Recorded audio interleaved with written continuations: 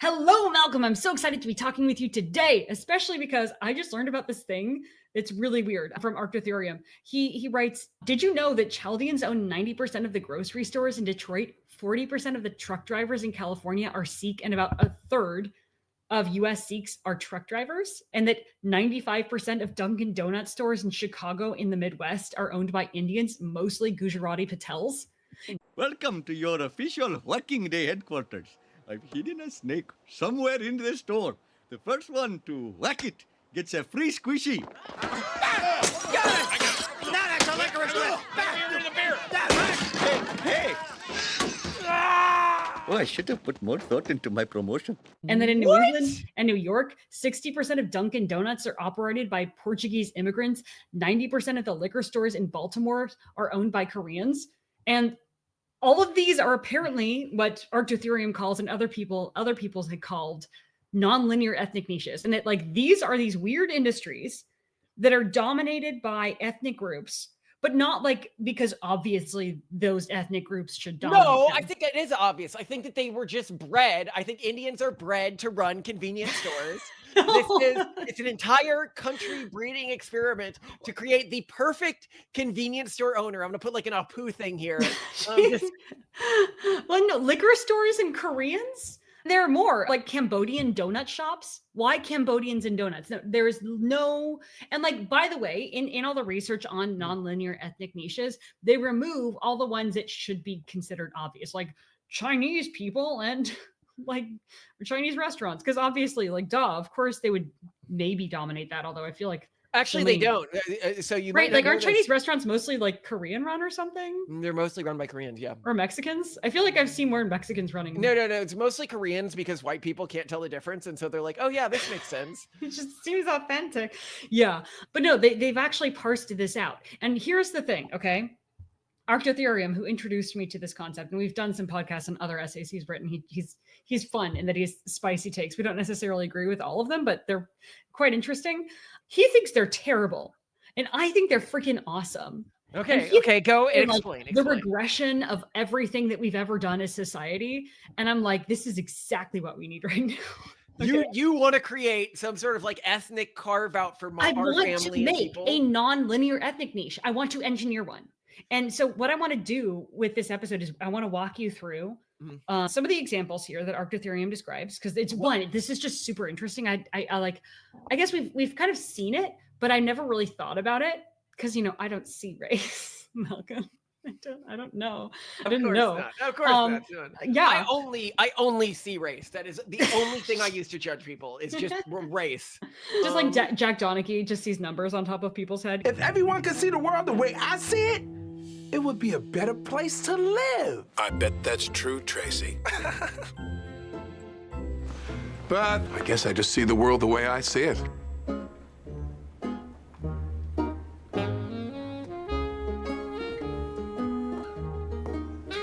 Is he letting me keep this? I think so. I wish I was there so I could play with it. Hi, Miss Lemon.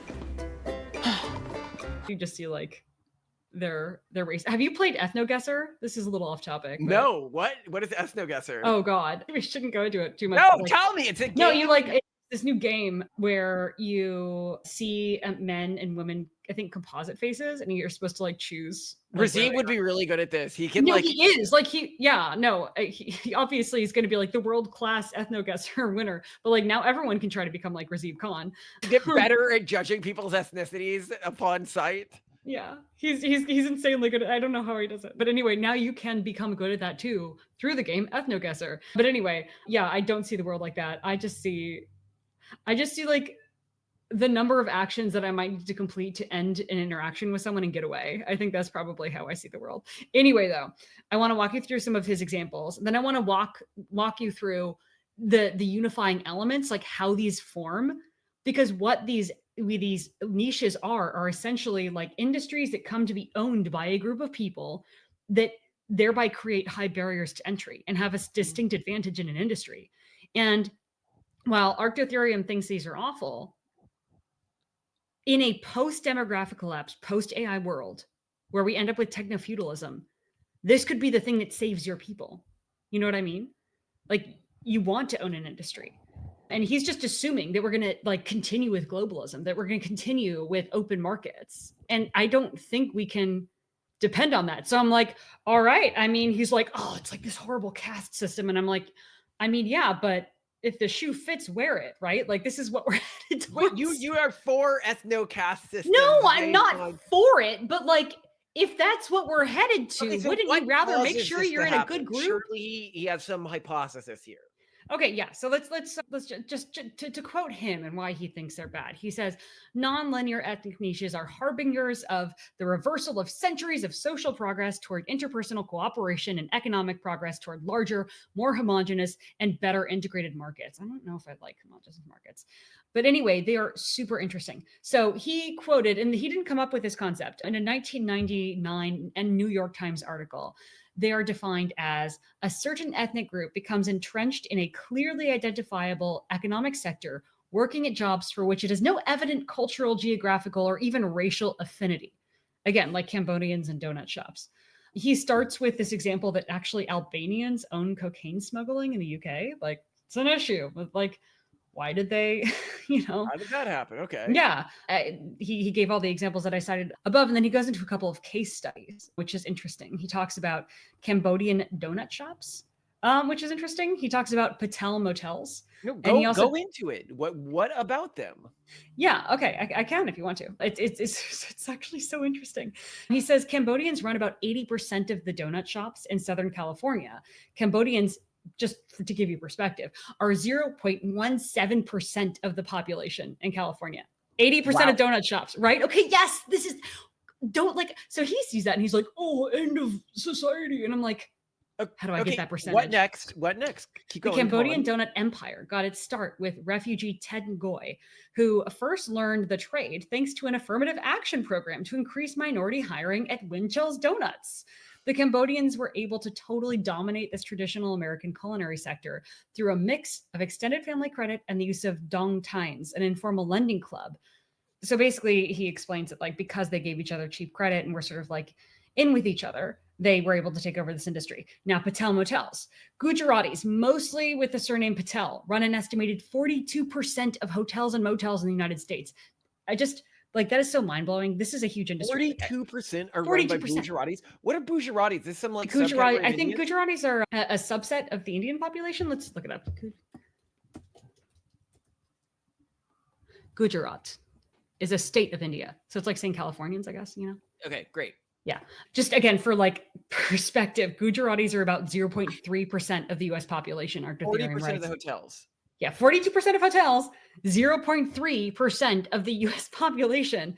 And he writes, and this number was much lower back in 1999 when this phenomenon was first noticed. This rises to 80 to 90% of motels in small town America. The Patel Motel cartel, oh, sweet Arc Ethereum, I love that, got its start with an illegal immigrant, Kanjabai Desai, in the 1940s. So this goes way back. The initial attraction to Patels was that motel ownership did not require English proficiency. As is with the Cambodians, Patel motel owners were able to use informal ethnic loan networks and immigrant family labor brought in via family reunification from India to undercut their American competitors. See, this is something I can play with. And now Patel's labor. We can do that too. Yeah, and we're going to go through it. I have a whole plan. All right. We're good great. here. I'm so excited. Patels now totally dominate the hospitality industry in the US outside of being chains, Patel writes. So now let's go to Vietnamese nail salons, which are such a thing, apparently. Over half of the nail salons in the United States, Arc Ethereum writes, are run by Vietnamese, which rises to more than 80% in California. Whereas Vietnamese people are 0.7% of the US population. As soon as I walk in, they greet me right away. Hi, honey, what you need today?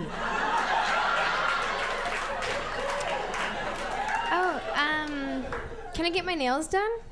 Okay, honey, do you lie pedicure too? Again, like this is just so mouth-watering. Like as people who've worked in private equity and VC, this concept of like that kind of level of market domination, mind-blowing.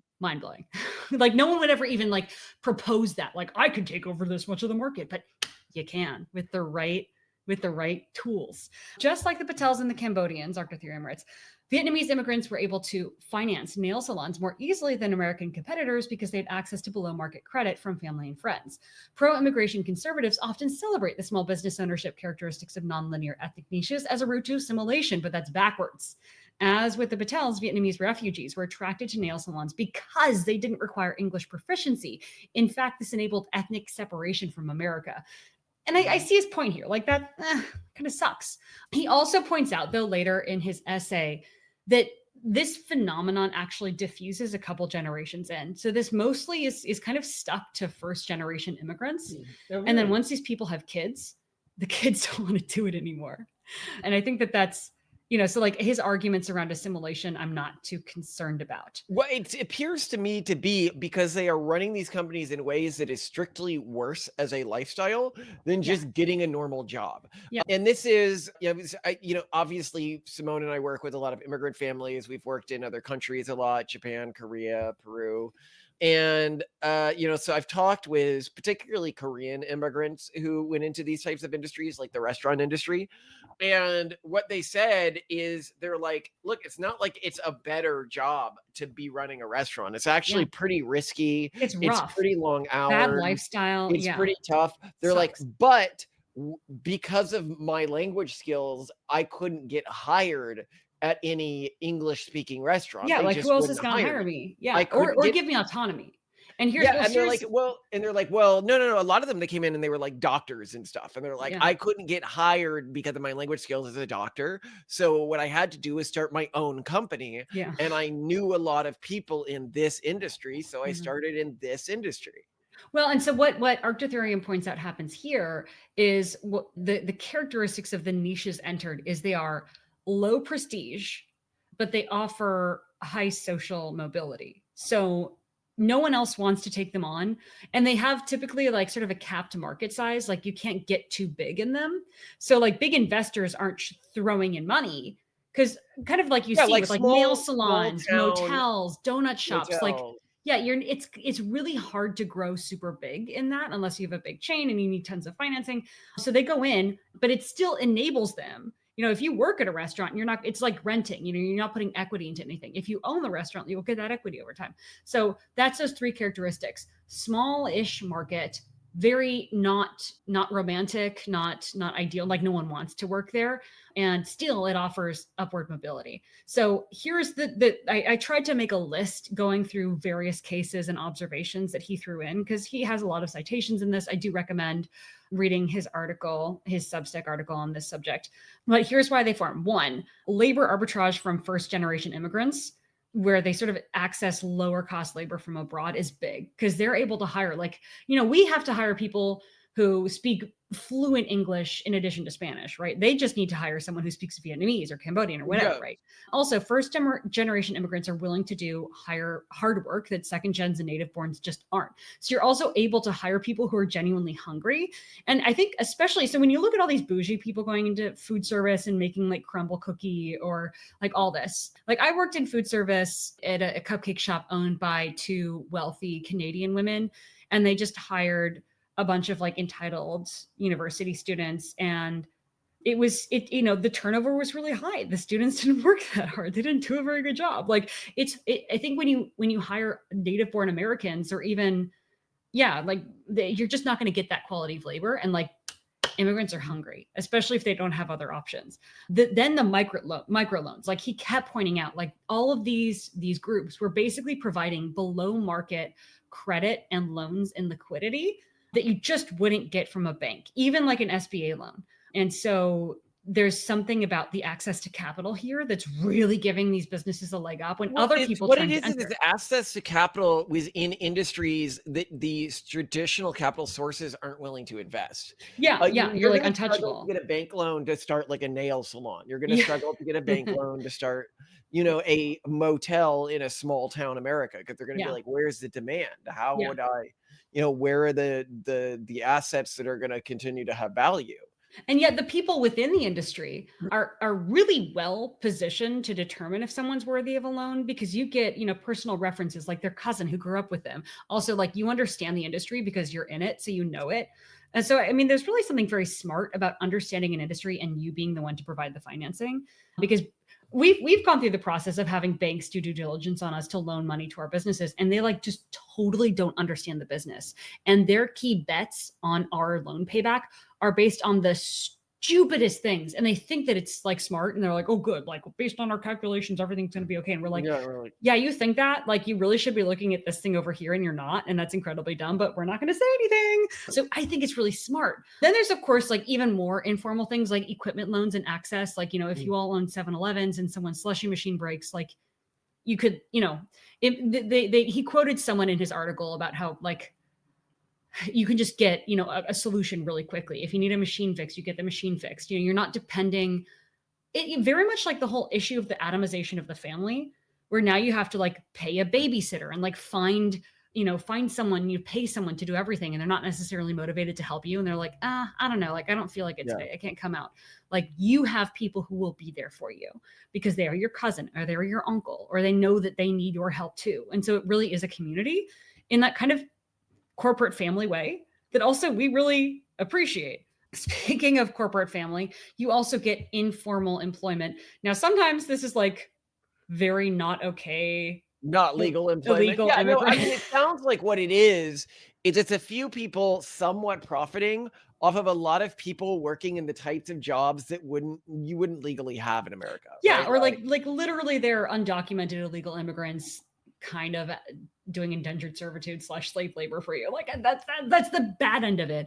But then the better end of it is family labor, where like, you know, your kids are helping out, et cetera. And like to a certain extent, this can lead to some like tax avoidance or wage minimizing. So that's big. It, you know, it enables you to be very lean in terms of your costs while also really supporting an extended family. Plus, in terms of team members, you have much easier vetting of good match employees. Like you have family references, people vouching for others. And we know this from a firsthand standpoint because we've seen the value in hiring siblings and cousins of our existing employees when they get referred. Like they just work so much harder. And trust, like we go through the normal vetting process. We do open hiring, we put ads in papers, we put ads on Indeed and on LinkedIn, and we interview hundreds of people. And we hire across the board the most qualified people, but the people who have stayed and who have done the best and performed the best, freaking family.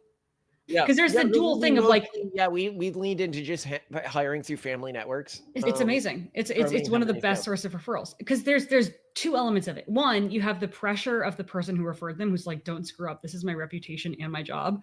And then the other person who's like, wow, I can't screw up. You know, like there are reasons. Because I think now, are we participating in this right now? Do we only hire through? See, the thing is, like, I'm like, oh yeah, like this is great. We already, but we don't do the whole, you know, informal labor thing. And then, you know, there are then barriers to entry which are created by all this, right? Like if you are trying to enter the nail salon business in California, you know, I think it could be kind of tough when it's kind of dominated by all these other people. In fact, some nail like cosmetology schools that certify people for what you need to do nails, whatever that is, teach their classes in Vietnamese. Like they've just given up on English. So like, screw that. That is hilarious. Yeah. So so just in general, then, so there are lower transaction costs around the board, you know, getting things fixed, getting equipment, getting employees, getting financing. And we've seen this with other friends, like one of your friends who started kind of restaurant store business, I think leveraged family a ton for that. Yeah. His family worked at the business. His family manned the stores. His family helped with sourcing, equipment, etc. Like that's huge. And I think, you know, but what's funny is it was one of those cases of his family was all Peruvian, and the business that he was specializing in was like Jamaican style food. I mean, like, but again, non-linear ethnic niche. Oh, I don't know. I mean, it's just so cool. But no, not cool, Malcolm, because Arc Ethereum says so. And Arc Ethereum says so. What's the complaint here? Why he is says this bad? Once a niche is taken over, outsiders can no longer compete within it. Which I'm like, yeah, that sounds great. Like from an investor standpoint, that's when we have to raise money for something. Investors always ask, like, well, are there barriers to entry? Like how defensible are you? Like this is the dream. Okay. But he says nonlinear ethnic niches exist and are able to sustain themselves in the face of market competition. This might hurt some Americans, but so do a million other problems. Does it really matter? Yes. Western civilization has been different for so long, more than 700 years, that we've forgotten what this looks like. But nonlinear ethnic niches are a throwback to pre-modern forms of social organization with all that implies. And he's like, this is the worst. Okay, form of I just progression. disagree with him here. If you look at ancient Rome, it was well known that certain industries were dominated by specific ethnic groups. If you look even at, for example, pre-Nazi Germany, we know that certain markets were dominated by Jews, like I mentioned, like pediatricians and orthodontists. Yeah. So the idea of like specialized careers is actually like a continuous strain from modern Western countries to, if you go back to the colonial period, you will see specific ethnic groups dominating particular niches.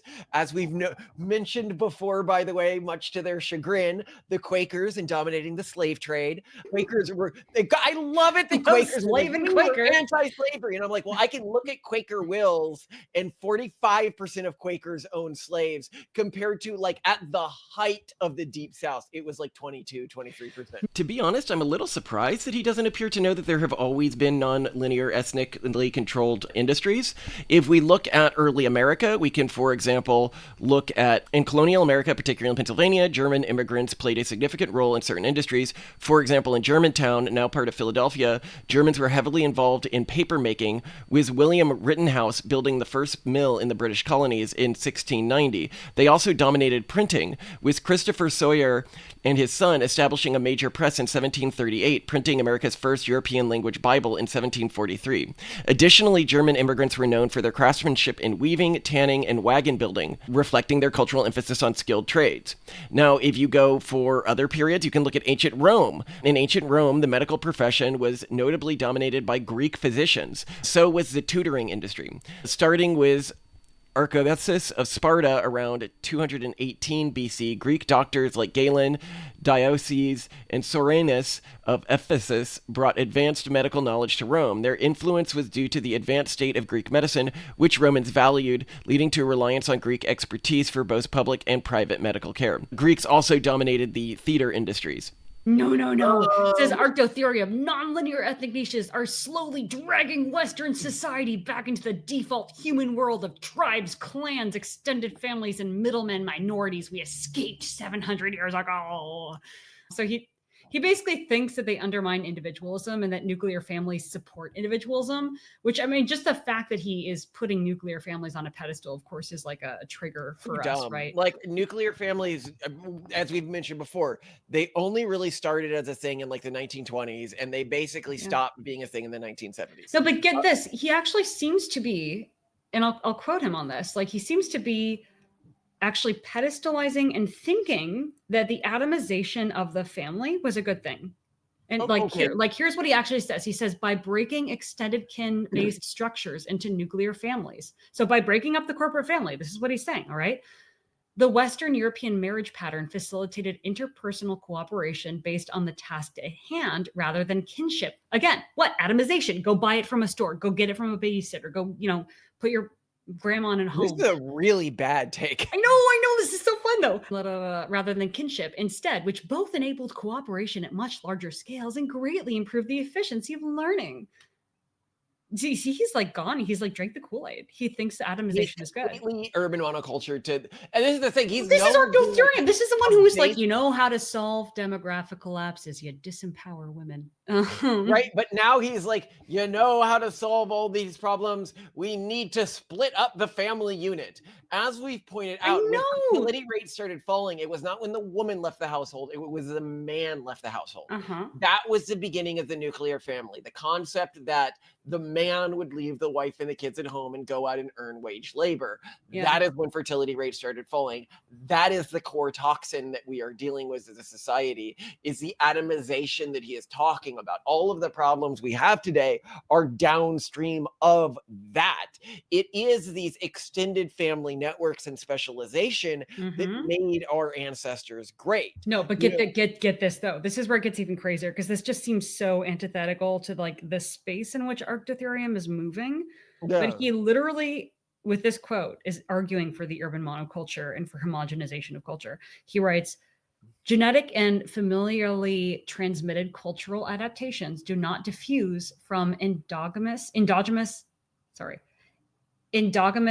ethnic groups into the broader population. Market dominant and middleman minorities are thus problematic for national development. He's basically saying because they don't integrate, they are not diffusing into the sludge of the urban monoculture. This is like objectively wrong, and we can see this in history. There is a famous case of one of the Ayatollahs, one of the Spanish emperors at one point was during one of these periods where they kicked out the Jews. And one of the Ayatollahs sent a letter. I was going to say an email, but a letter that was basically a mocking "have fun being poor" thanks to all the Jews. And that's what happened. Spain did suffer economically after this. Yeah. You know, you don't kick out a group that is uniquely good at something. These groups provide these goods at lower cost. That is why they have been successful, right? I don't want to pay some, dilettantish, neoliberally educated white woman to do my damn nails. All right. That's what the Vietnamese are for. Well, so there are some criticisms that he brings up, and I'm like, I hear you, but also like this doesn't have to be retained in new nonlinear ethnic niches. So he points the very large example of India. When he talks about how they encourage discrimination, how entire swaths of the population aren't even given consideration. He writes, in a way, India's unique social structures keep pre-industrial economy even within modern technology, with cottage industries dominating factories. He cites, for example, that like studies have found that people would like just pay to not do anything that would put them in proximity with different castes, and that India is sort of one of these places that continues to force this sort of caste system that he associates with nonlinear ethnic niches. But let me walk through why they're actually awesome. And specifically, I alluded to it before. Free market competition is going to go haywire with the rise of AI and as demographic collapse plays out. So like the whole underpinning of his argument here is like, well, we all do better when there's globalization and free trade and markets at scale. But he's just assuming that that's somehow going to continue to be facilitated. But as governments falter and fall apart, as demographic collapse plays out and become more isolationist, and as AI plays out and disrupts the way that businesses and markets work, leaving a huge number of workers unoccupied, we will not have that world anymore. As cool as it was while it lasted in many ways, though it wasn't cool in all ways, it's just not going to last. So my whole thing is, we're going to lose this. And here's this weird like molecule of human configuration, the nonlinear ethnic niche, that actually has a lot of defensibility and advantages. How can we replicate this to our advantage? And I really think we can't. One, because he points out in two of his case studies that these cartels started with just one person. The Cambodian donut empire got its start with the refugee, Ted. There are some who call me Tim. And that the Patel Motel got its start with an illegal immigrant, Mr. Desai. So here's what we need to do. And here's what I'd say we do differently. So to replicate, like the good stuff I would keep is focus on a small industry. I'm going to say niche biotech, right? Let's modify some humans here. Focus on an industry that other people don't want to be in due to, in this case, not because it's unromantic, but because they think it's like, it's not low prestige, it's anti-prestige, right? People are like, ethical considerations and it's abominations and stuff, like, right? So like us going into that niche, I would specifically say is great. But I mean, if I were encouraging other people to look at this, find something other people don't want to enter that's kind of small. But I think niche biotech for us would be amazing. Cheap credit. And you know how we talked about with the index that we would have like...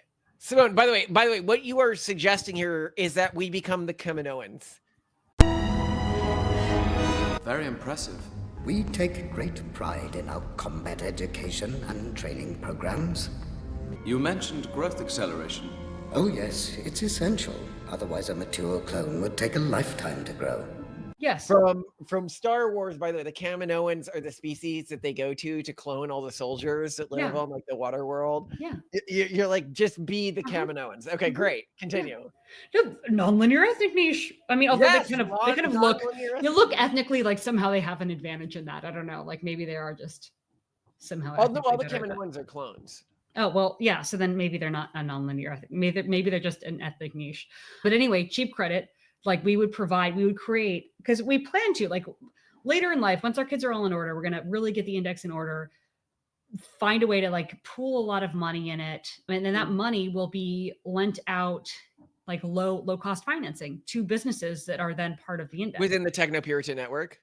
Either techno-puritanism or the index, yeah. Or maybe they're going to be the same thing. I'm not really sure. But also fast-tracked hiring. So if you're in the index or if you're in the techno-puritan network, like we understand those values are aligned, and also it probably is going to select for skill sets that are quite useful. So already you have that fast-tracked hiring, values-aligned employees, right? Because if you're in the index or if you're a techno-puritan, like we know that you care about pluralism, you care about long-term human flourishing, like you're going to be into also this kind of biotech accelerationism stuff. And then family involvement. Like I want our kids to work in this. I want our kids to, be involved in that. That low-cost apprenticeship has for thousands of years been how, one, like people who are very junior get their training and their career started, but two, how business owners gain access to very affordable labor because half the time you were indentured. I think even during colonial times in the United States, you literally signed an indenture to your, let's see, if you're the apprentice, what's the boss called? And anyway, you were indentured to them basically, and it was very low cost labor, but it was a worthwhile exchange because you were getting training, often housing and food as well.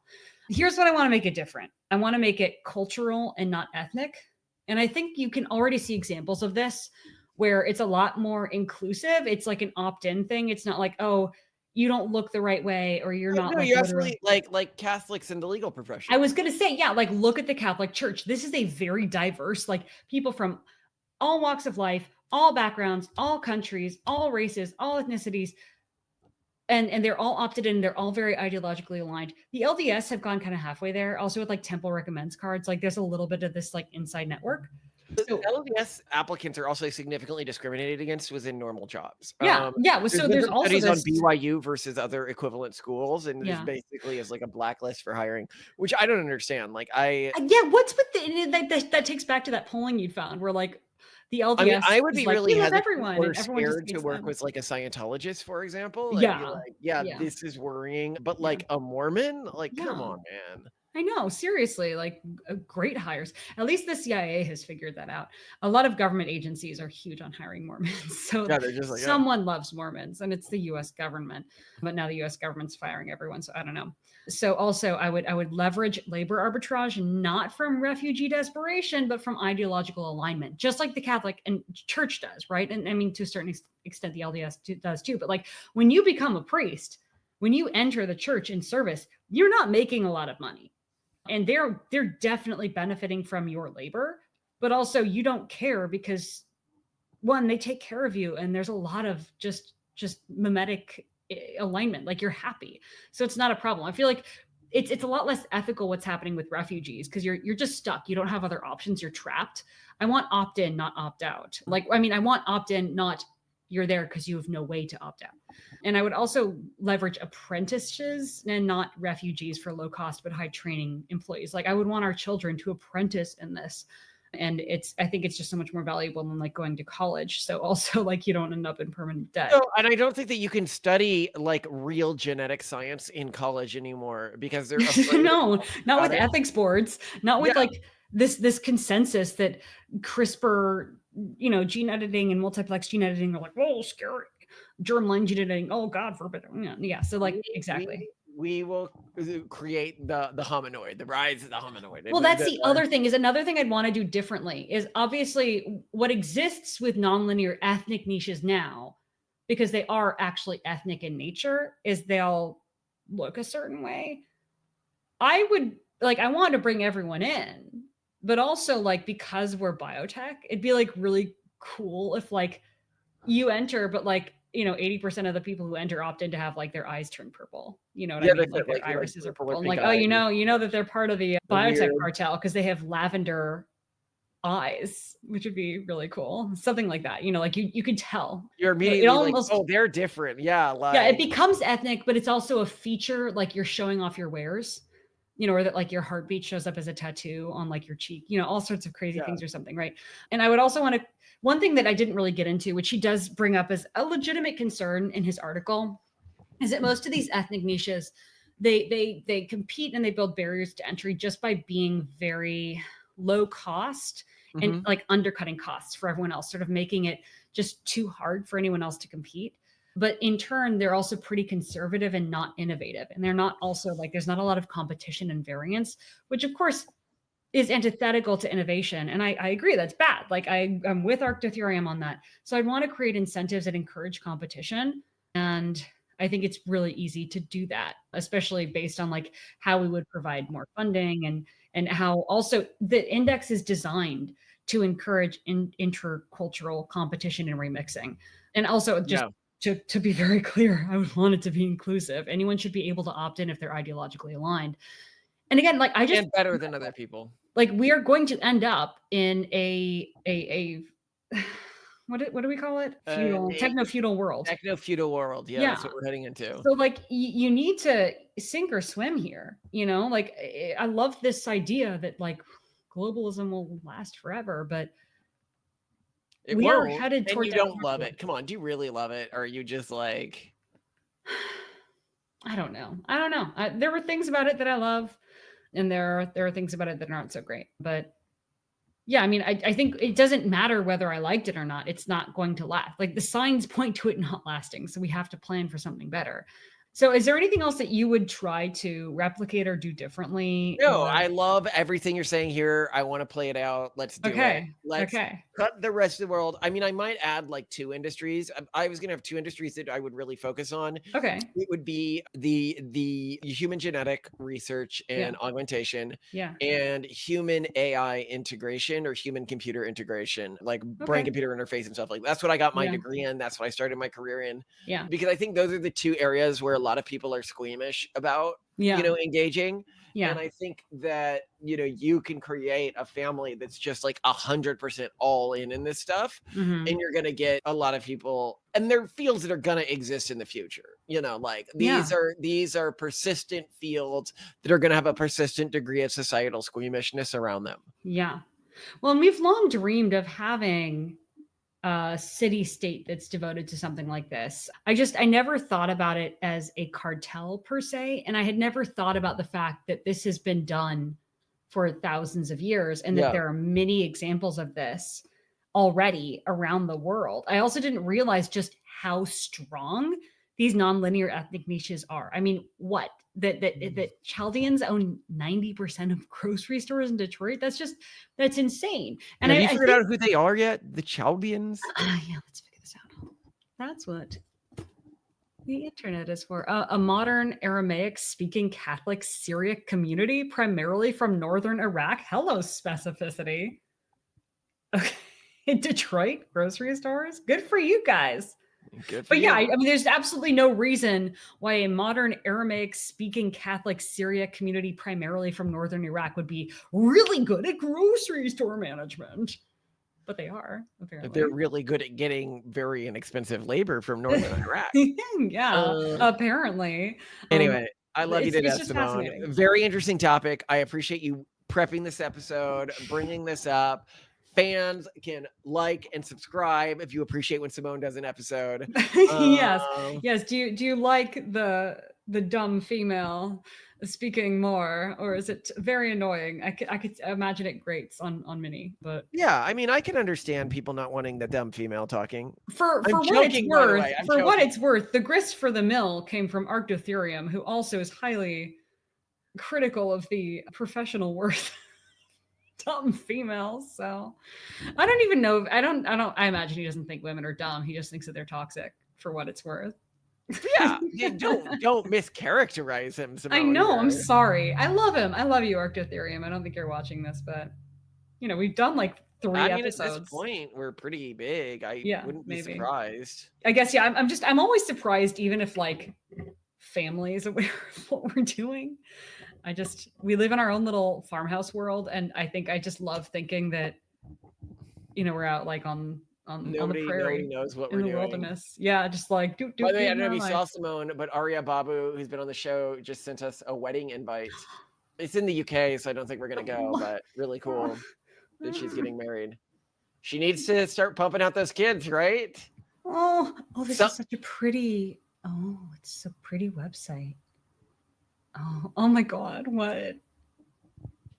Oh, ceremony, photos and fizz, lunch, speeches and cake. Oh, this is a nice timeline. Ceremonies at noon. You're having cake by 4 p.m.